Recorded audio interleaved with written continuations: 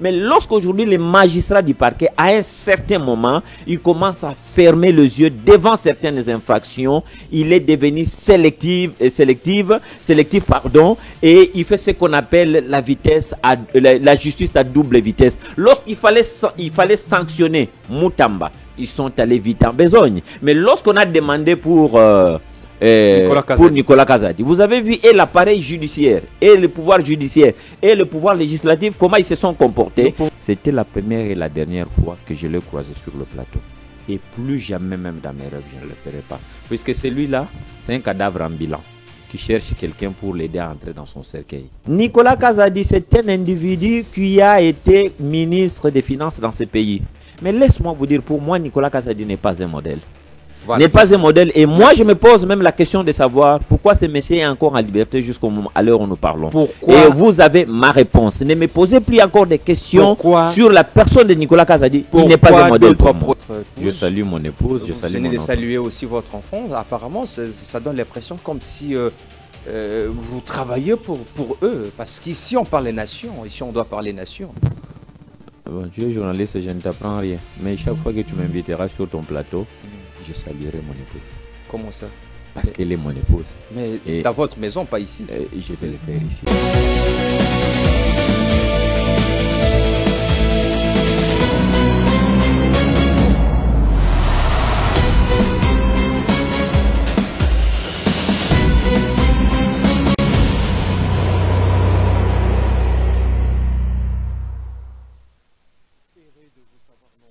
Sur cette émission, mesdames et messieurs, bienvenue à votre émission au service de la nation de ce jour que nous avons le réel plaisir de vous l'animer avec un invité sur ce plateau. C'est un format un peu spécial parce que nous avons toujours l'habitude de recevoir des invités sur ce plateau. Mais aujourd'hui, nous avons le réel plaisir de faire un face-à-face avec monsieur Eric Bamanaï, qui est cadre au sein de l'UDPS. Avec lui, nous allons parler sur l'affaire de 500 magistrats nommés par le chef de l'État. Vous savez très bien que ça fait plus d'une année qu'un concours était organisé ici en République démocratique du Congo pour recruter 5000 magistrats. Mais nous avions vu après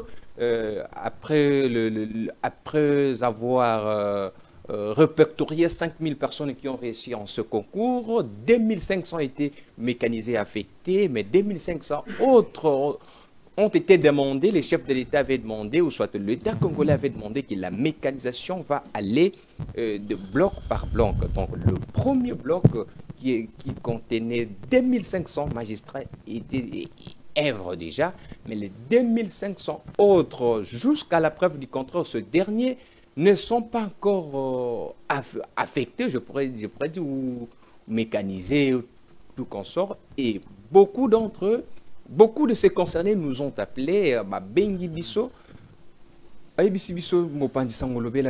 y a, ça fait un bout de temps. Nous étions avocats, on a jugé bon de faire ces concours et nous avions réussi en ce concours, mais après avoir été recrutés par l'État congolais, on avait cessé de travailler comme avocat, on avait cessé d'être comme fonctionnaire, mais on était notifié. Après la notification, il semblerait qu'après la notification, qu'on notifie un magistrat, donc il est dans l'obligation d'arrêter de travailler, d'œuvrer comme avocat, d'œuvrer comme fonctionnaire.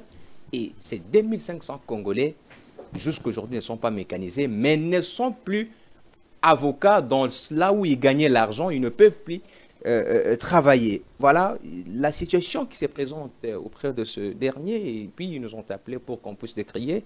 Ces derniers souffrent sérieusement, mesdames et messieurs, parce que parmi 4 qui sont venus me voir, ils ont dit, mais quand on était avocat, on touchait l'argent, on plaidait, on gagnait de l'argent. Maintenant, là, pendant qu'on est notifié, on ne peut plus œuvrer comme avocat. Et là, on ne souffre pas de salaire, pas de fille que ce soit, mesdames et messieurs. Voilà, c'est avec M. Eric que nous allons parler de ce sujet. Le discours du chef de l'État au niveau du New York, nous allons essayer aussi de parler avec Maître Bamanaï. Le chef de l'État séjourne depuis quelques jours au New York.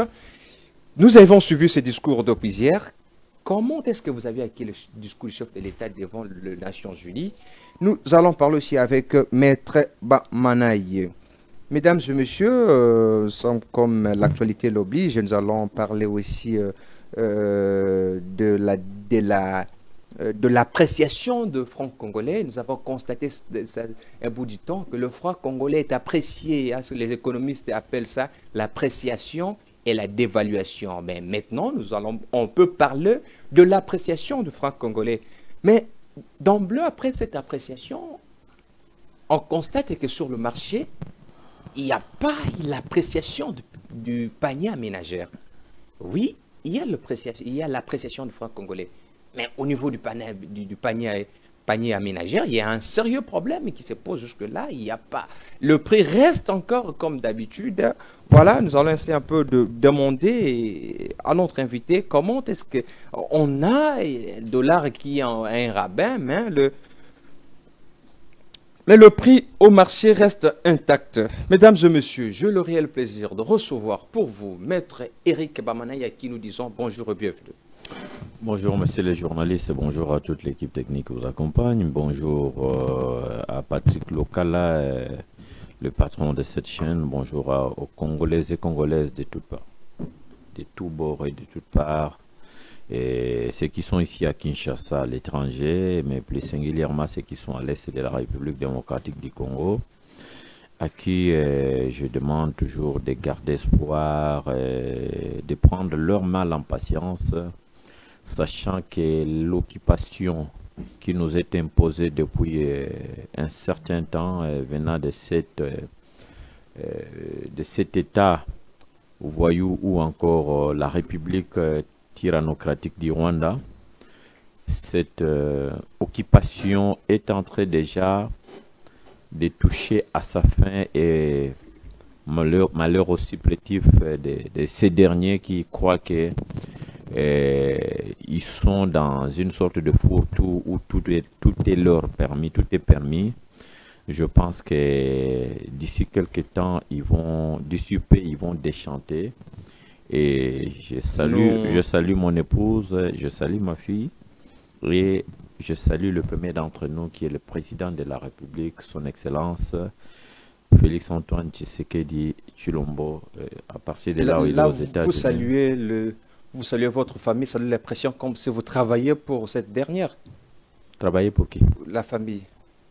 Quelle famille? Vous venez de saluer votre épouse. Je salue mon épouse, vous venez de saluer aussi votre enfant. Apparemment, ça donne l'impression comme si vous travaillez pour eux. Parce qu'ici, on parle des nations. Ici, on doit parler nations.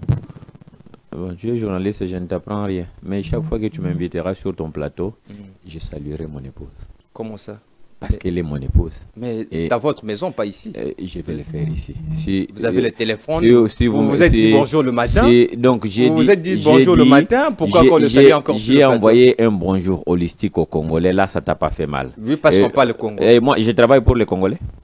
On parle pour... Non, puisque tu m'as posé la question si j'ai travaillé pour mon épouse. C'est qu'en saluant les Congolais, je travaille pour eux. Ce sont des compatriotes, ce sont des citoyens comme toi et moi. Sur le plateau, on est venu pour la population et non pour la famille. Et mon épouse et ma fille ne font pas partie de la population. Ça devient une situation particulière. Voilà. Est-ce que c'est ça les débats? C'est ça les sujets que nous sommes appelés à débattre ce matin? Non, pas du tout. Pas du tout. Vous aviez appris que M. Philosophe est sanctionné en 90 jours? Écoutez. J'aimerais vous dire une chose. Philosophe, là où vous êtes content. Permettez-moi. Oui. Vous voyez ce monsieur mal éduqué ici, dont vous citez là. C'était la Philosophe est sanctionné par le CESAC. Le monsieur que tu es en train de citer là, mal éduqué, qui n'a pas sa tête en place, c'était la première et la dernière fois que je l'ai croisé sur le plateau. Et plus jamais, même dans mes rêves, je ne le ferai pas. Puisque celui-là, c'est un cadavre ambulant qui cherche quelqu'un pour l'aider à entrer dans son cercueil. Alors des gens comme ça, c'est des gens qu'il faut éviter. Je parle que vous êtes content maintenant qu'il est sanctionné par le CESAC. Nous sommes venus parler, tu m'as présenté la thématique. Oui, oui. Vous me parlez. On va parler. Vous me parlez de ce monsieur. On appelle des à côté. Vous me parlez de ce monsieur-là. Il est qui? Il est quoi? Donc moi je vais quitter ma maison pour venir parler de ces maigrichons-là. Mais comment l'État congolais l'a sanctionné? Non, tu penses que moi je peux venir ici pour parler de lui? Est-ce que c'est un nul, un État congolais? Monsieur le journaliste, est-ce qu'on peut aller dans le vif? Merci beaucoup, merci beaucoup. Comme vous...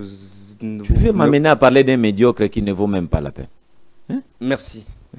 Parlons de nouveaux magistrats. Vous êtes avocat, je vous ai présenté comme un avocat. Vous êtes, je pourrais dire, un avocat senior. Vous êtes un avocat senior. Vous êtes aussi cadre de l'UDPS. Ça fait un bout de temps que la magistrature, au niveau de la magistrature, il y avait 500 magistrats recrutés par l'État congolais, mais jusque-là, ces derniers, 2500 étaient mécanisés, affectés, mais 2500 autres peinent à être mécanisés jusqu'aujourd'hui. Qu'est-ce qui se passe jusqu'aujourd'hui? Ces derniers ne peuvent plus exercer leurs fonctions, qu'ils gagnent le pain, qu'ils gagnent à manger. Ces derniers n'arrivent plus. Ceux qui étaient avocats ne peuvent plus exercer comme avocats. Ceux qui étaient fonctionnaires, ne peuvent plus aussi exercer comme fonctionnaires. Et ces derniers souffrent aujourd'hui, même pour manger. Ils n'ont rien, ils ont de charges. Parmi eux, il y a de mariés, il y a pas mal de charges que ces derniers couvrent tout au long du mois. Mais ça fait un bout de temps, une année, ils ne sont pas payés. Ils sont aussi contraints de ne pas exercer leur métier d'avant. Comment l'État congolais doit mettre 2500 Congolais dans cet état des choses? Merci beaucoup, messieurs les journalistes. Je vais d'abord rappeler le parcours du magistrat comme celui de l'avocat. On ne devient pas avocat ou magistrat parce qu'on le veut. Pour devenir avocat ou magistrat dans ce pays, il faut avoir fait 5 ans d'études universitaires en droit. Et cela d'une manière ininterrompue. À l'université, les universités au moins agréées et acceptées. Au niveau de l'État, congolais bien entendu, même certains de l'étranger. Alors, lorsqu'on a fini ces études, pour nous qui étions dans les systèmes anciens, voulais-je dire, nous avons fait 3 ans de graduat et 2 ans de licence. Donc, le premier cycle comprenait 3 ans et deuxième cycle comprenait 2 ans, première et deuxième licence. Et lorsque vous avez fini, dans la société, vous avez une qualification avec votre diplôme. J'aime quand vous parlez un peu comme ça. J'aime quand vous parlez un peu à haute voix comme ça. Ok. Oui. Lorsque vous avez fini ces études, dans la société avec votre diplôme de licence en droit, on vous appelle juriste. Ça, c'est une qualité qui est attachée à vous de par la qualité, de par les diplômes que vous avez eu à obtenir et à défendre durant votre cursus universitaire. En droit, bien entendu, puisque nous parlons ici de droit. Et vous avez devant vous plusieurs opportunités. Soit vous pouvez accepter d'aller faire l'informel, travailler en informel. Vous travaillez dans une banque comme un banquier. Vous pouvez travailler aussi dans une société, banque ou encore ailleurs, comme conseiller juridique, puisque vous êtes juriste. Tout à fait. Et là, vous êtes sous ce qu'on appelle les liens de subordination. Vous êtes un salarié, vous avez un chef qui vous donne des ordres, donc vous êtes sous les liens de subordination. Là, c'est en informel. Mais lorsque vous avez décidé d'aller sous d'autres cieux, il y en a qui vont même à devenir notaires. La majorité, ce sont aussi des juristes. Là, vous êtes un fonctionnaire de l'État. Vous êtes un fonctionnaire de l'État, puisqu'ici, chez nous, le notaire est nommé par l'État. Pour accéder à cette fonction-là, on vous nomme. La majorité des notaires, je ne dis pas tous, mais la majorité des notaires sont des juristes. Mais venons maintenant dans ce qu'on appelle le formel. Lorsqu'on a fini, on a les diplômes d'université où vous avez fini, vous avez fait les études de droit. Vous allez peut-être opter pour soit la magistrature, je dis peut-être, vous allez opter soit pour la magistrature qui est une fonction qui va faire de vous un fonctionnaire de l'État. Et là-dessus, vous serez soumis à un concours. C'est l'État congolais qui organise ces concours. Et il y a des critères pour se présenter là-bas, pour être accepté Oui, à nous ces savons concours. tout ça, maître. Oui, non, laissez-moi, c'est important. Oui. Parce C'est qu'on important. risque de prendre un peu de temps sous quand vous Oui, oui, oui. quand vous Et voulez vous tracer allez, vous allez l'histoire, passer oui. ces tests. Une fois reçus, on va vous soumettre à ce qu'on appelle test, la formation des magistrats. Vous allez le faire. Et pour nous autres qui avions opté pour la profession libérale, nous sommes soumis à un test d'admission.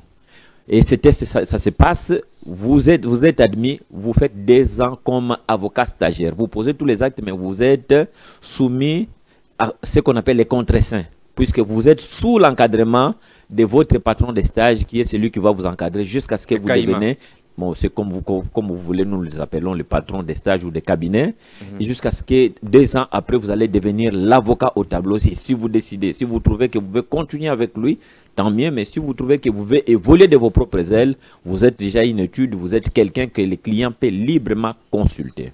Maintenant, venons-en à votre question, à votre préoccupation de tout à l'heure. 2500 Congolais souffrent. L'État D'ailleurs, congolais l'a recruté. Jusque-là, il ne touche pas une année. Il y a ceux qui étaient des avocats qui touchaient, qui gagnaient de l'argent, mais ces derniers ne peuvent plus rester comme avocats. Et ils souffrent. Ils n'ont pas à quoi manger, quoi souvenir à leurs besoins. Effectivement, je vais vous dire ici, messieurs les journalistes, que l'appareil judiciaire en grande partie a vieilli. A vieilli pourquoi? Parce qu'il y a eu trop des anciens magistrats, trop de magistrats qui sont aujourd'hui à l'âge de la retraite. Pour votre information. Et depuis 2011, que le test a été organisé sous Kabila, depuis lors, il n'y a pas eu d'autres tests. Et il faut compter ici que parmi les magistrats, il y en a qui décèdent, il y en a qui démissionnent, il y en a qui sont révoqués, ainsi de suite, il y en a qui vieillissent. D'où il faut impérativement un remplacement, comment régénérer la régénération, oui. De ce qui compose l'appareil judiciaire. Voilà pourquoi, sur proposition du Conseil supérieur de la magistrature, et avec la bénédiction, bien sûr, la proposition faite au chef de l'État, il a été prévu, il a été, disons, accepté qu'il y ait un concours au niveau de la magistrature pour augmenter les effectifs. Puisque, je dois vous dire une chose, ne pensez pas que le nombre de magistrats qu'il y a ici à Kinshasa, c'est le même que vous allez retrouver à l'intérieur de notre pays. Il y a des coins de ce pays où il n'y a même pas de juridiction opérationnelle, il n'y a même pas de magistrats opérationnels ou de magistrats affectés. Mais pourquoi ça traîne? Leur mécanisation traîne pourquoi si nous avons une situation pareille? Est-ce que je peux pourquoi la mécanisation traîne? Oui. Ne me faites pas perdre le fil d'idée si vous pouvez accepter que je puisse continuer. Oui, vous pouvez continuer, mais il faut... Et parce que alors... notre préoccupation, s'il vous plaît, maître. Oui. Je vais vous laisser tranquillement parler. La préoccupation est celle-ci de savoir pourquoi la mécanisation de 2500 autres magistrats traîne jusque-là. Ces derniers souffrent. Ok. Alors, j'étais en train de dire que lorsque les magistrats, tout celui qui passe son concours, lorsqu'il est lorsqu'il est admis, lorsqu'il a satisfait au test, il va rester que le président de la République prenne une ordonnance pour le nommer, et après que cette ordonnance soit publiée, le magistrat qui émarge sur l'ordonnance, la liste qui est annexée à l'ordonnance du président de la République rendue publique, ces magistrats vont être soumis à ce qu'on appelle la formation, puisqu'ils ne peuvent pas adhérer dans la profession comme ça, sans être soumis. Ils m'ont dit même ça, qu'une formation jusque-là. Sans être soumis. Alors, sans être soumis à cette formation-là. Vous l'avez su bien le dire vous-même ici, que les magistrats de 2023 qui ont passé les tests étaient au nombre de 5000. Et dans les 5000, 2500 avaient été nommés et ont suivi leur formation, et aujourd'hui ils sont opérationnels et ont émargé sur le budget exercice 2024-2025. Pour le reste, les 2500 restants, il ne pouvait pas commencer dès lors que les budgets actuels ne les a pas pris en charge, ne les a pas pris en compte. Or, actuellement, au niveau de l'une des institutions qui est l'autorité budgétaire, je vais parler du Parlement, l'Assemblée nationale bien entendu, nous sommes pendant ce qu'on appelle la session qui est essentiellement budgétaire. Et ces 2000 autres 500 magistrats vont émarger dans les budgets qui sera publié d'ici là. Une fois que cela est adopté, est accepté, le président de la République va prendre une ordonnance où il va publier, il va, disons, rendre public, il va accepter ces budgets par ce qu'on appelle l'ordonnance qui accepte, qui publie ces budgets-là. Vous comprenez? Et c'est comme ça que le 2500 autres magistrats vont émarger, puisque même si on les faisait maintenant, rien que leur formation, ça va nécessiter de l'argent. Et une fois la formation terminée, tous les magistrats, même le autre 2500 qui sont déjà opérationnels, pardon, ne se retrouvent pas tous ici à Kinshasa. Il y en a qu'on a affectés à l'intérieur. Mais pour les affecter, il faut de l'argent. Il faut suffisamment de moyens. Il n'y a pas que leur salaire. Il y a des moyens financiers qu'il faut mettre à leur disposition, parce qu'il y en a qui acceptent même d'aller avec leur famille, femmes et enfants. Tout à fait. Alors, vous comprenez que ceux qui vont venir, non seulement qu'ils vont avoir leur rémunération, mais il faut aussi l'affectation, puisqu'il y a des juridictions dans les territoires ou dans des provinces nouvellement créées après le démembrement de 11 provinces. Donc, il y a des juridictions qu'on continue à installer. Il faut que ces juridictions, je vais dire pour la grande partie, la plupart, ils sont déjà, si pas toutes, mais ils sont déjà installés, et que nos frères magistrats, nos collègues magistrats, et surtout pour ceux qui ont quitté la profession d'avocat et ont opté pour la profession de la magistrature, qui prennent leur mal en patience. Nous qui ne pouvons pas satisfaire à cette demande, nous sommes restés et nous continuons notre bon nombre de chemins. Vous avez répondu la question, très bien répondu à la question, parce que la loi budgétaire ne l'est pas encore prise en charge, et qu'on attend l'exercice ici, comme l'Assemblée nationale va tabler sur la question. Maintenant, la question de savoir à mettre. Vous avez bien dit que ces problèmes d'argent, comment se fait-il que l'État congolais débourse 40 millions de dollars, finance les clubs européens pour, on ne sait pas ce qu'on a bénéficié jusque-là, ce que le Congo a bénéficié jusque-là, mais le secteur judiciaire souffre de ces problèmes. Les avocats le magistrat 2500 avocats ne sont pas mécanisés faute d'argent. Les avocats ne seront jamais mécanisés. Je parle des magistrats. Oui, tu t'en pas entendu parler. Merci. Tu as parlé des avocats. Je parle que 2500 magistrats ne sont pas mécanisés faute de moyens. Mais l'État congolais a déboursé plus des millions et des millions aux clubs européens. Pourquoi maintenant l'État congolais se comporte ainsi? Monsieur les journalistes, j'aime tes questions parce qu'elles sont tellement pertinentes, mais permet aussi que je puisse te donner ma réponse qui est simple. Avec le 2 345 411 km², qui représente la superficie de la République démocratique du Congo, aujourd'hui avec ces 26 provinces, et également autant de territoires et 3000 et quelques villages et localités, les défis ne sont pas seulement d'ordre judiciaire. Les défis que l'actuel gouvernement ou le régime a en face de lui sont de plusieurs ordres. Tout est défi. Donc si on a réussi quand même, on a réussi à tandis que le chef de l'État avait dit qu'il y a un problème au niveau du secteur judiciaire. Mais il y a un problème, lui-même a dit. Et d'ailleurs, je me rappelle à l'époque, c'est sous la demande du chef de l'État que le chef de l'État demandait au jury d'ajouter 2500 autres, parce que le nombre qui était fixé, le recrutement était un nombre un peu minime. Et sous la demande du chef de l'État, je me rappelle, c'est peut-être si je me trompe, mais c'était sous la demande du chef de l'État, il avait demandé qu'il y ait une augmentation de peut-être 2500 autres magistrats. Mais jusque-là, on ne sait pas. Et il y a l'argent de l'Apander qui est parti comme ça, l'argent de l'identification nationale, et l'argent parti là-bas. On ne sait pas, mais le secteur judiciaire, on dit que la justice élève une nation, mais il y a un problème de financement au secteur judiciaire, tandis qu'il y a des millions qui sont détournés aux longueurs de la journée. Qu'est-ce qui se passe réellement, maître? Vous êtes cadre au sein du parti présidentiel.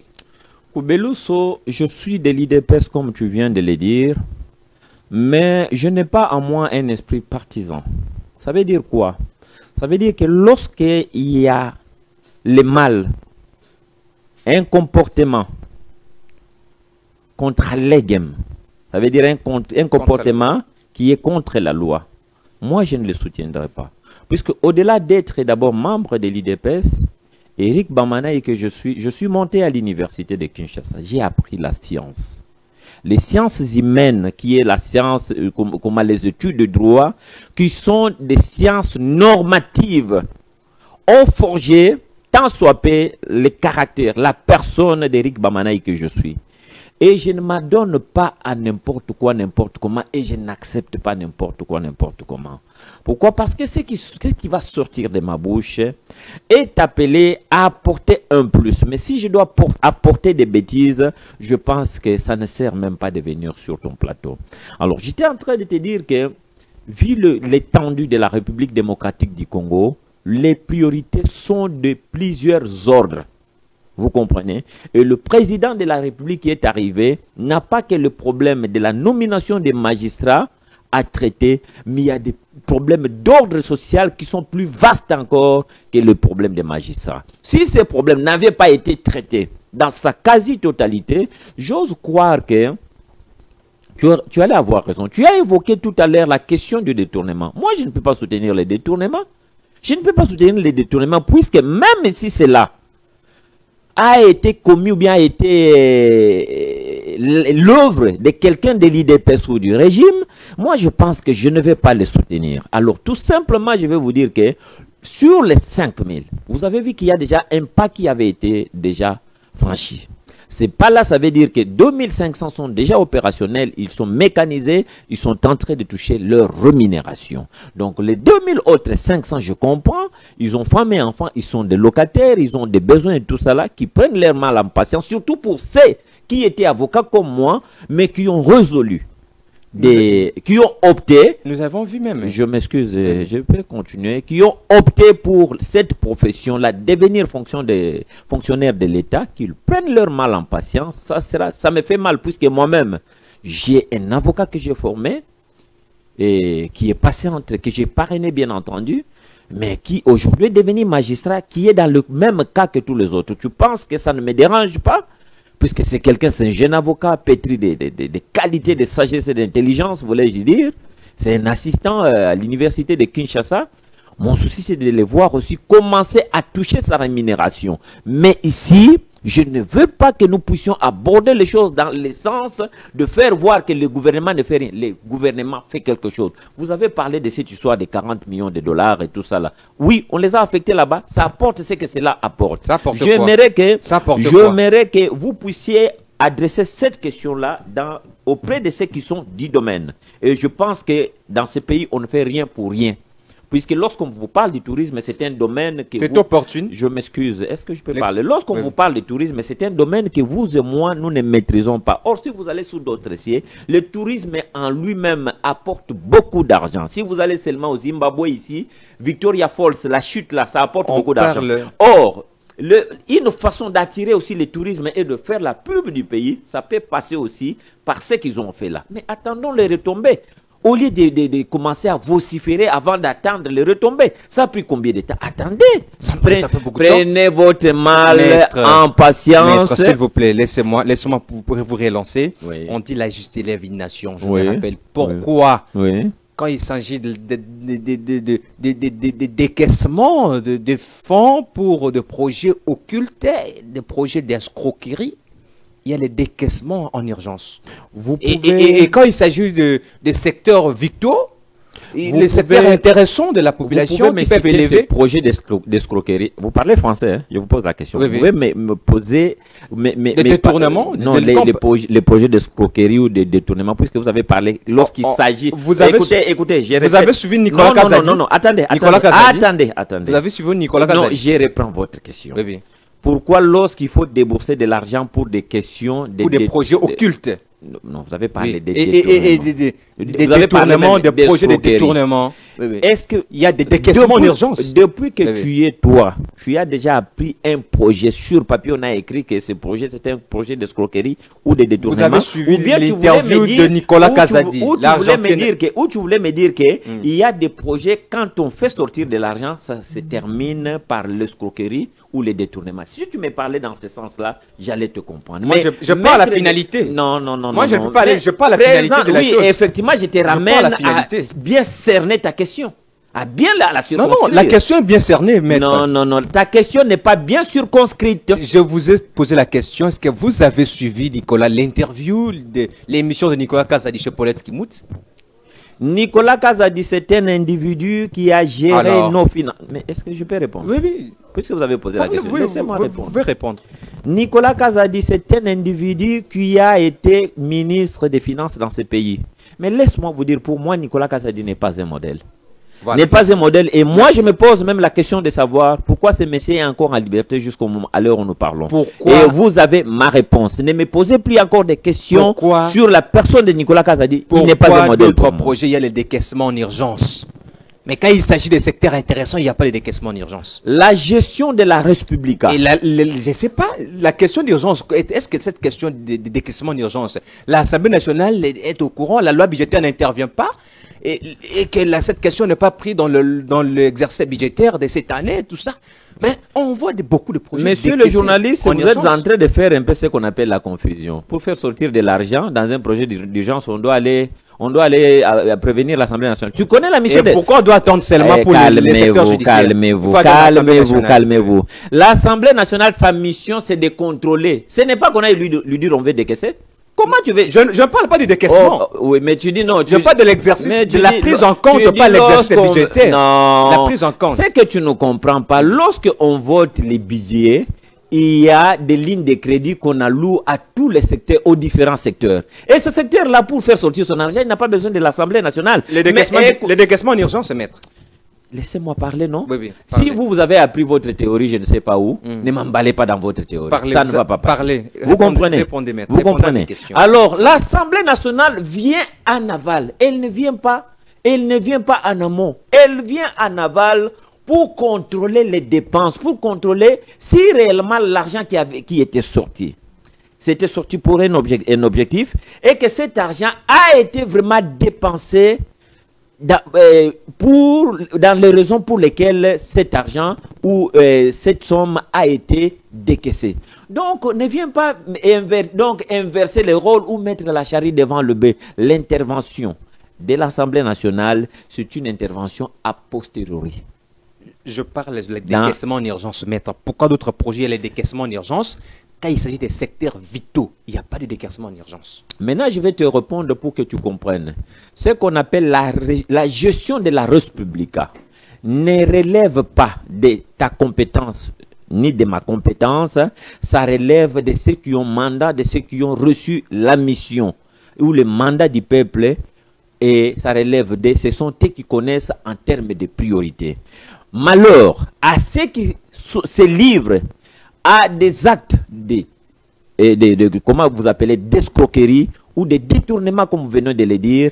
Il y a l'organe, il y a des mécanismes, il y a des voies qui sont prévues pour pouvoir sanctionner ce genre de comportement et les individus qui le commettent. J'étais je voulais même te dire, vous êtes en train de parler de l'appareil judiciaire. Vous connaissez la mission de celui qu'on appelle ministère public, celui que vous appelez les magistrats du parquet, procureur. Sa mission, c'est la recherche des infractions. Mais lorsqu'aujourd'hui, les magistrats du parquet, à un certain moment, ils commencent à fermer les yeux devant certaines infractions, il est devenu sélectif, et il fait ce qu'on appelle la vitesse, la justice à double vitesse. Lorsqu'il fallait sanctionner Moutamba, ils sont allés vite en besogne. Mais lorsqu'on a demandé pour Nicolas Kazadi, vous avez vu et l'appareil judiciaire, et le pouvoir judiciaire, et le pouvoir législatif, comment ils se sont comportés. Alors, il ne faut pas aujourd'hui jeter la responsabilité sur le seul individu qui est le chef de l'État. Mais c'est lui, c'est lui qu'on est comme parler. Le chef de l'État est un corps. C'est lui le garant de tout. Le chef de l'État est. On va le porter le chef de l'État, oui, nous acceptons. Oui. Le chef de l'État est un corps qui est composé de plusieurs membres qui sont le pouvoir judiciaire, le pouvoir législatif, le pouvoir exécutif, bien que chez nous le pouvoir exécutif est bicéphale et comment on appelle ça, les parlements bicaméral. Le président ne peut pas faire tout lui-même. Même au milieu des provinces, il est représenté par des gouverneurs. Voilà pourquoi vous voyez ceux qui vont en prison, vous voyez des gouverneurs qu'on est en train de révoquer ou de déchoir. Ça veut dire que ces cycles-là, petit à petit, on est en train de les réduire et petit à petit, nous n'atteindrons pas le summum, nous n'atteindrons pas l'état parfait, mais nous allons quand même atteindre le minimum et les malfrats ou bien les comportements de détournement et d'escroquerie sera réduit sensiblement et les gens vont comprendre que la gestion des deniers publics n'est pas la gestion de l'argent, n'est pas égale à la gestion de l'argent qu'on a dans sa poche. Comment vous voulez sauver le chef de l'État tandis qu'il y a des gens incompétents qu'il a nommés? Tu as un problème particulier avec le chef de l'État? Non, c'est pas problème. Tu as un problème particulier avec le chef de l'État? C'est lui qui prend les ordonnances. C'est lui qui signe les ordonnances. Oui.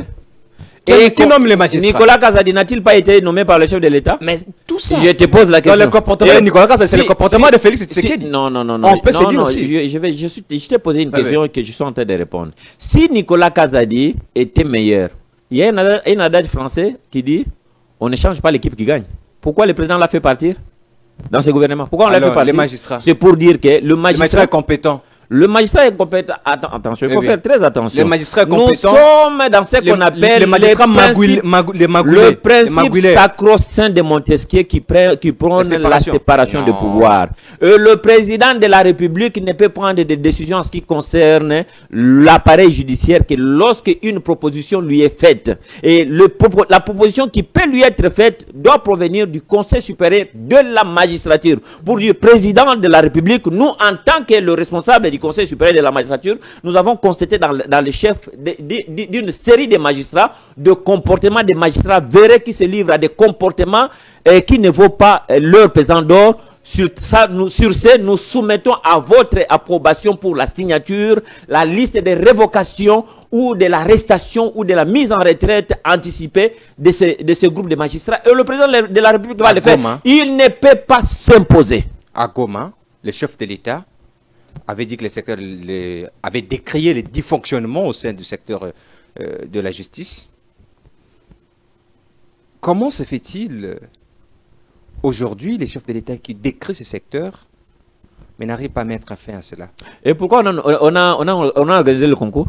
Pourquoi il y a 2500 et 2500 autres magistrats attendent? Vous pensez pourquoi? Vous croyez qu'il faut faire seulement tabula rasa, ceux qui sont arrivés, qui n'ont pas encore atteint un certain niveau? Mon cher ami, et ils vont travailler avec... Toi, tu ne sais pas que le magistrat, que ce soit les hauts magistrats, que ce soit ceux qui commencent, là-bas, c'est d'une manière échelonnée. Vous montez petit à petit. Donc, pour vous, donc comme le président en a dit ainsi, donc c'est automatique. En a parlé ainsi, c'est automatique.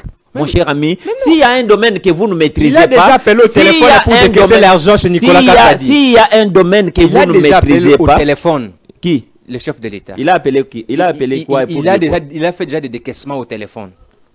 Avec Nicolas Kazadi. Il faut suivre l'interview avec Nicolas Kazadi avec Paulette Kimout. Il appartient à Nicolas Kazadi, comme il y a un adage, et je m'excuse, comme il y a un adage latin qui dit actori incumbit probatio. Il appartient à celui qui allègue d'apporter la preuve. Nicolas Kazadi qui a allégué, c'est là où ici je vois aussi la responsabilité de celui qu'on appelle ministère public, le procureur, le magistrat du parquet.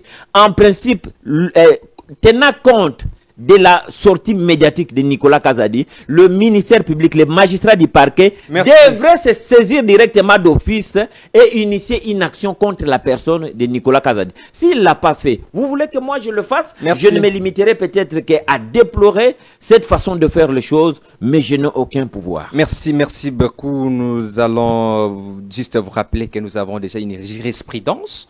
Les deux émissions de Nicolas Kazadi constituent pour nous les journalistes une jurisprudence. À chaque fois quand nous avons ce plateau comme ça, nous allons toujours recourir là-bas. Parce que c'est quelqu'un qui a géré au cadre de ce pays. Alors, mesdames et messieurs, nous allons parler pour les quelques poussières de minutes qui nous restent. Nous allons parler du taux, de l'appréciation du franc congolais. Nous avons remarqué les dollars maintenant se trouvent 2650, il y a des endroits 2600. Vraiment un changement, un rabais brisque et apprécié par tout le monde. Mais d'emblée, lorsque nous partons dans des supermarchés, le prix reste intact, le panier aménagé reste toujours. Ça n'a pas encore changé jusque-là et beaucoup de questions se posent, beaucoup de Congolais plutôt se posent la question, qu'est-ce qui se passe? Comment le dollar a connu un rabbin? Il y a l'appréciation du franc congolais, mais le prix est ce que les économistes appellent, il y a ce qu'on appelle plutôt, bon, je ne sais pas, les termes m'échappent, mais les prix restent toujours à la hauteur, comme le dollar était en 2800. Maître, je reviens pour éclairer un peu la population. Vous êtes avocat, même si c'est peut-être un peu économiste, mais quand même, vous pouvez éclairer un peu la population sur cette question. Qu'est-ce qui se passe réellement? Aujourd'hui, le dollar est revenu un peu à un taux un peu raisonnable, 2650, mais le prix reste intact. Qu'est-ce qui se passe réellement? Merci beaucoup. Nous avons, moi je ne suis pas économiste, mais je vais essayer d'apporter ma modeste contribution, je vais faire ma lecture comme un profane, bien entendu. Vous savez, lorsqu'il faut parler de l'économie monétaire ou bien de la monnaie, à l'université, moi, j'ai fait le droit économique et social. J'ai une petite notion élémentaire des matières économiques ou monétaires. Mais tout simplement, je vais vous dire ceci. Que la monnaie a sa valeur lorsqu'elle est imprimée pour une nation. Et lorsque cette monnaie tourne, elle est en train de créer ce qu'on appelle le mouvement d'entrée et le mouvement de sortie. Vous comprenez? Ici, on va parler des recettes et des dépenses. Ce sont un peu des mouvements qui vont dans ce sens-là. Mais la monnaie garde aussi sa valeur, c'est lorsque il y a ce qu'on appelle la production et lorsqu'on évite ce qu'on appelle la planche à billets sans production. La planche à billets sans production. La planche à billets ici consiste à quoi? Consiste à ce qu'on appelle les émissions monétaires. Les émissions monétaires, c'est quoi? C'est battre des nouveaux billets, des monnaies. En termes simples, maître, vous parlez ceux qui vous suivent, parce que ceux qui subissent tout ce que je viens de dire ici, l'appréciation de francs congolais, mais le prix reste intact, c'est les petits peuples qui souffrent, parce que le ministre ne sente pas ces coûts-là, parce qu'ils sont pris en charge par l'État. Vous voyez, donc parler en termes un peu simples pour faire comprendre à ces mamans qui se plaignent jusque-là. Dollar equity. Mais, quand nous, les Arabes à 1000 francs, les Arabes à 5000 francs. Vous voyez, il y a un problème. Ok, comme il nous reste quelques minutes, parce que je voulais un peu entrer, je voulais un peu être large dans ce point-là. Mais je vais vous dire tout simplement que le Congolais, nous puissions prendre... Et j'aurais besoin, sûr que Toko le blanc na lingala. Il serait mieux parce qu'on parle du taux. Ok, on a besoin que les Congolais tous soient mal n'habissent en patience, tous en patience. Pourquoi? Parce que pour un pays comme le nôtre, vivre, je peux dire, si je peux donner mes statistiques, j'ose croire que le pays vit des importations à 90%, à 90%. Bilo konyoso na Kurdan, to importa kayango. Et pour acheter toutes ces choses, oui, c'est Laetitia, il y a une jeune dame là, Laetitia. Oui, c'est déjà un bon départ que nous avons. Elle est là emboîté le pas. Nous aurons aussi besoin de ceux qui vont commencer, par exemple, à fabriquer des tiges coton et consorts. Donc ça demande dans l'ensemble pour acheter tout ce que nous avons besoin, les produits manufacturés, la plupart sont bakayango libanda, et pour acheter, on n'achète pas avec la monnaie locale. On utilise la monnaie étrangère pour les cas. Maître. Bon, tu utilises comme monnaie na Mm. monnaie, tu utilises comme mbongo na biso te, tu utilises comme mbongo ezali ko uta na bapaya oyo babengi mingi pona biso, pona kosomba na mboka na biso tu utilises comme mingi dollar.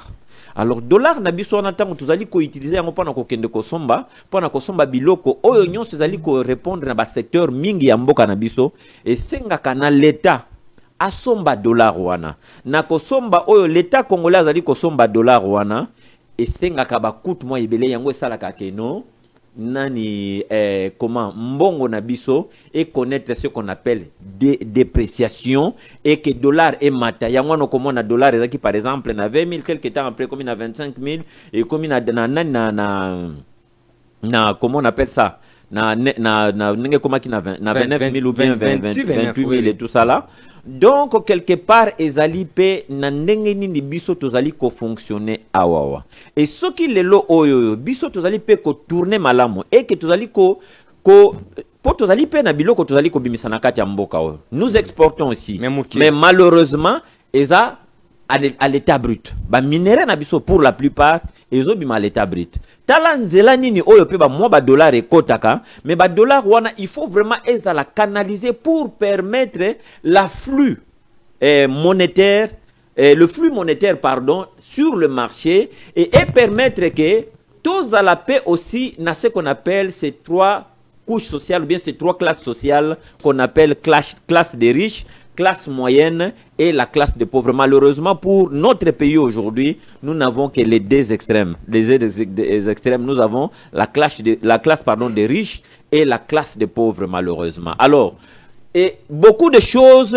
entrent en ligne de compte pour non seulement stabiliser la monnaie, mais aussi la donner une valeur pour permettre que les Congolais basent bien. Aujourd'hui, dollar ekiti, mais babiloko batu ba commerçant ba importa qui pardon, ba importa qui yango na tomoko likolo. Ce n'est pas du coup comme ça biloko ko kitambala moko. Molo ça va aller pour permettre aussi aux commerçants ba connaître chute libre. Je sais que ezali un avantage. Il faut aussi la tiba stock wani aussi la neto constater que non. Ce n'est pas ça, ne me prête pas de mots. Ne me constater na marché que non, ba prix comme normal. Ne me prête pas de mots. Oui. Puisque vous les journalistes vous avez ba démagogie ba amalgame moko naza. Je pose juste au lobby que non, ba commerçant ba somba ki biloko. Oui. Il faut na prix à likolo. Oui. Mais dollar ekiti ba na ba stock wana. Yango no lobby non? Na lobby, hein? Ça va prendre le temps. Yo kanga bien na loba na lingala et kozwa moi temps pour être bango na ba prix na bango ba ya ko rejoindre tout ça sur le terrain. Je ne t'ai pas dit qu'il faut passer sabilo ko na bango. Ne me prête pas de mots. Évitez, soyez professionnel, monsieur le journaliste. Je l'ai toujours été. Hein? Je l'ai toujours été. Sachez au moins l'utilisation des concepts. Maîtresse, ce n'est pas à vous de m'apprendre les concepts journalistiques. Malheureusement, quand on invite, j'ai été enseigné par des professeurs. Quand on invite, fait sortir un mot. Non, restez dans ces mots-là. Ce n'est pas vous de m'apprendre la profession, maître, s'il vous plaît. Mais oui, quand vous... Je le fais comme je l'ai étudié. Quand vous le faites devant un invité qui trouve que vous commencez à dérouter, je vais vous recadrer. Qu'est-ce qu'il faut, maître? Revenons à la question. Qu'est-ce qu'il faut pour que prix et kokanana ning de la rikiti? C'est une tâche, c'est une mission qui est dévolue à ceux qui s'occupent de ce domaine-là, notamment les ministères de Vigé et les ministères. Ezali tâche, ezali bongo topé, ezali bongo responsabilité, ezali bongo bandeko bazali na ministère ya budget, na ministère ya affaires économiques, et bangonde bayibi ndenge ni bakobongisa ba structure ya prix au regard ya ndenge ni makambo ya mbongo ezali kokende.